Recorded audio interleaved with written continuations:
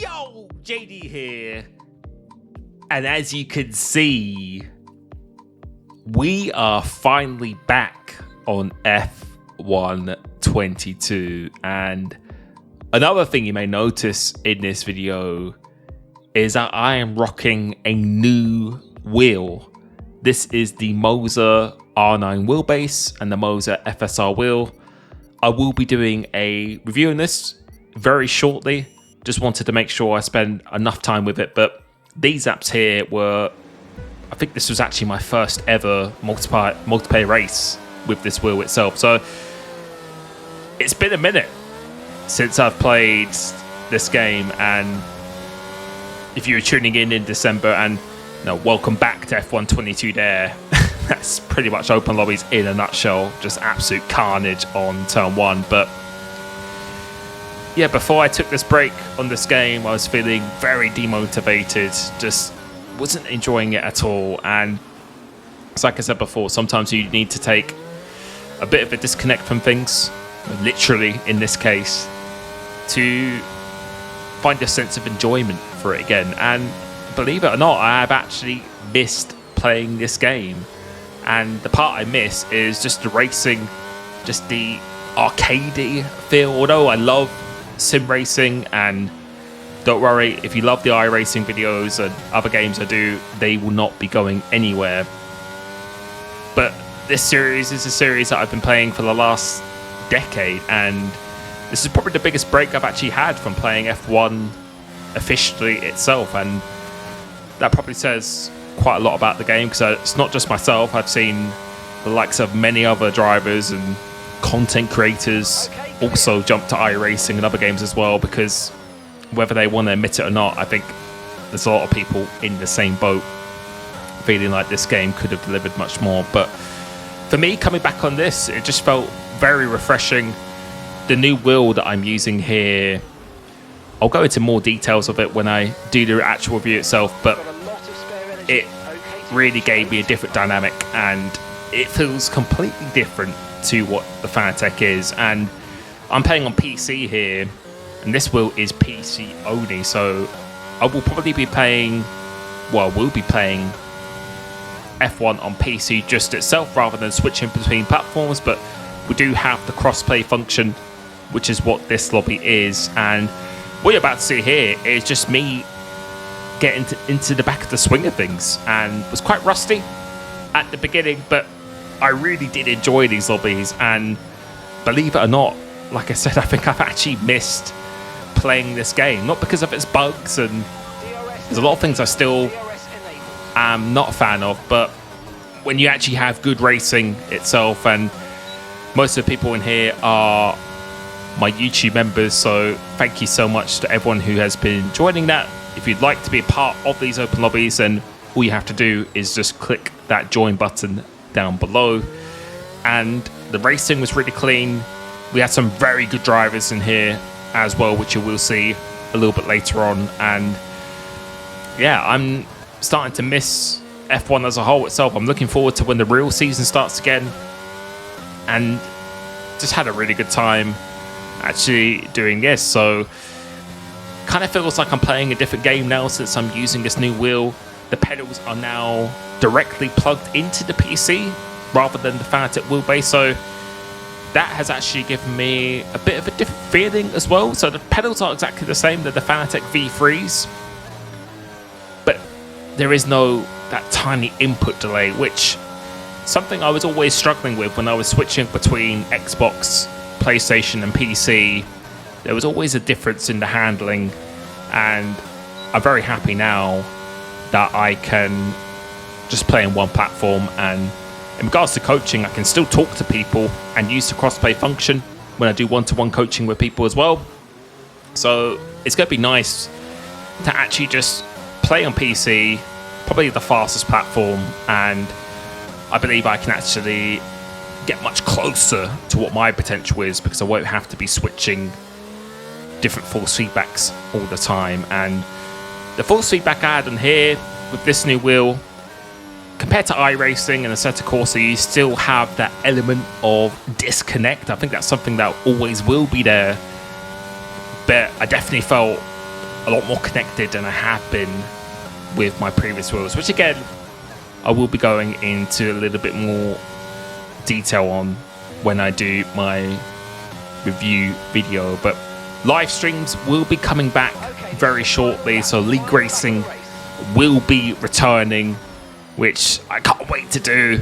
And you can see this race here, it's been a bit of a slow and steady one. You can also see you've got a bit of a different background with the webcam. Got a pretty much almost a whole new setup here, and yeah, I'm really looking forward to seeing what I can do in the second part of the game.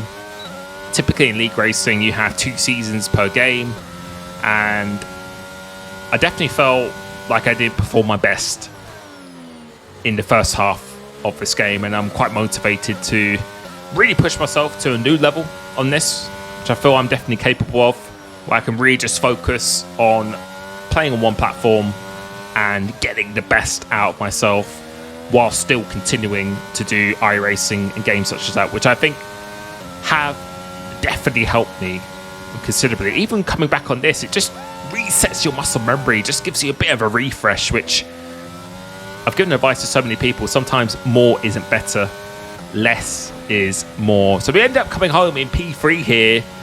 Not bad for our return to the game. And you can see here, yeah, pretty solid lobby for the drivers. But now we are at Paul Ricard, and if you follow me on Instagram, you might see what is coming here. So weather was set to, I don't know if it's set to realistic, but it seems to be always at a sunset. So trying to get a good start here, and we get an absolutely rocket ship off a start. Going around the outside to try and get the inside for here, and we go up into P4, so a very nice start, really good launch. And that's something I definitely noticed by plugging my pedals directly into the PC itself. There is just no input lag, which you can see by my inputs as well. Like I was discussing with my iRacing videos, I've really changed my settings to make it a bit stiffer. And I think that was something I kind of reflected on. I was watching a lot of my old footage from the beginning of this game, and I definitely felt like I had the brake pedals a little bit too soft, so I couldn't control brake as smoothly as I could. So I've really been taking these weeks to just not only just mentally reset, but to just reset everything in the game and just kind of start from scratch again. Start with the basics, get yourself into it, and in these hobbies here, I just felt really comfortable with driving. And yeah, there's still work to go, because you will see in a second, or I think it's here, but I think it's on another lap or so, that we still need to get used to this new wheel and the pedals. But coming through into here, we're up into P4, and the lobbies here were very, very clean, very fast drivers, but as always, open lobbies as we get a little bit of a love kiss from the guy behind. People are very desperate to overtake him, just showing our thanks for that, for hitting me in the rear. But yeah, I have actually missed playing this, and it's just a whole different experience compared to the iRacing, where the iRacing and those kind of games, there's a lot more of, like a waiting around, and obviously it's going to be a real simulator feel. But these games, it's just usually quick and easy, plug in and play, and you can get many races in a short period of time, where like in iRacing, sometimes you have to wait an hour, sometimes even 2 hours, if you actually want to do a certain category of the car, everything. And then if you get taken out, then that kind of really gives you a bit of a long day if you don't have the time to go into many races. But this is just quick and easy, and yeah, I'm very, very hyped to give it my best for the rest of this game. So please let me know what content you would like to see. I believe that I will be doing a co-op career mode very soon, which I think will be a lot more entertaining than just a normal solo career, and I think that's something I will enjoy a lot more, actually racing with someone else, not just with the AI all the time. And then also back to league racing, open lobbies, which I have started to do a lot more of these. And you can see here, nice clean racing between myself and Tamid. leaves me just enough room on the outside. Coming into here, he did have room on this right-hand side, but then he turns in, makes a bit of contact. I then make contact with him, and I know some people on my Instagram said I didn't leave him room. He did have room on the outside. It was a bit of a squeeze, but I also had a bit of a squeeze on the last one, and yeah, we lived to fight another day, so we could have come off a lot worse there. But you can see we're not really bothered by that. We're just having fun, getting back into the swing of things. And this guy up ahead of me, Liam Bowman, I believe is on a controller, and he's actually one of the fastest drivers I've seen on a controller on F1 22. He was very, very fast in his hobbies, and he's actually someone who's going to be league racing against, I believe, which starts again in early February, so not too long to wait.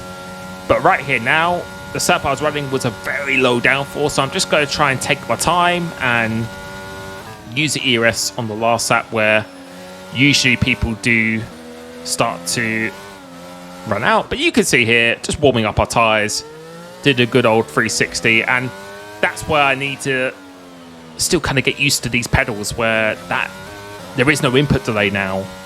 And with the input delay, I used to be quite aggressive on the pedals, but now I might have to be even smoother, or maybe even introduce a bit more of a dead zone to the throttle, because it is a lot more sensitive now. But we're moving on to lap 4 and see what we can do. So the fast lap is at 32.3. We're going to try and stay within the DRS zone of this guy up ahead, who's called Kindful Player, which is a very unusual gamer tag. But coming through into this section, this is where the lack of downforce should be a little bit more difficult, but I really do enjoy this track. This is actually one of my favorite tracks to drive on the game, and I think it's something that's actually a little bit underappreciated. So we're just going to keep this ERS for the final lap, because when you've been doing open lobbies for quite a while, especially on this game, a lot of people do like to use all of the battery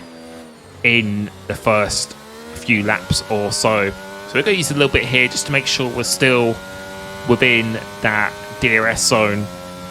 But again, please comment down below what you want to see. And yeah, just been having a nice time enjoying this break. And it's like I said many times before to many people who ask me for advice to get better at the game, I think there is a stage where you can end up actually doing too much. And even if you love to do something, you can actually do it enough where you actually start to not enjoy it. And I really do believe you actually need to enjoy what you do, even if there isn't many benefits to it. But if it benefits yourself and yourself mentally, then I think that's a great reason to actually go and pursue it. But I'm feeling a lot more motivated again, and definitely a lot more refreshed than I was at the start of the game. But coming through into this last lap now, we're going to try and stay within the DRS zone of this train here. And you can see we've got some 4 cars up here. So one of them has spun to now make that 3. So now we're into P9. And let's see if we can get all of these cars. And this is the power of actually saving all of your ERS for the last lap. So we're not going to use any here. We're going to use it for the back straight, because we do have the benefit of the DRS. Now coming into, you can see those red lights are flashing from at least one of those cars here. So we're getting a really good exit here. Now we're going to use it, and you're about to see how much faster we are in a straight line. It is just absolutely crazy. Now coming into this, coming to one of my favorite corners on the game, you can see that guy's red light was flashing as well. So we're going to be nice and patient here. Hopefully it forces this guy to be a bit defensive. So trying to get a really good line and exit coming for left-hander.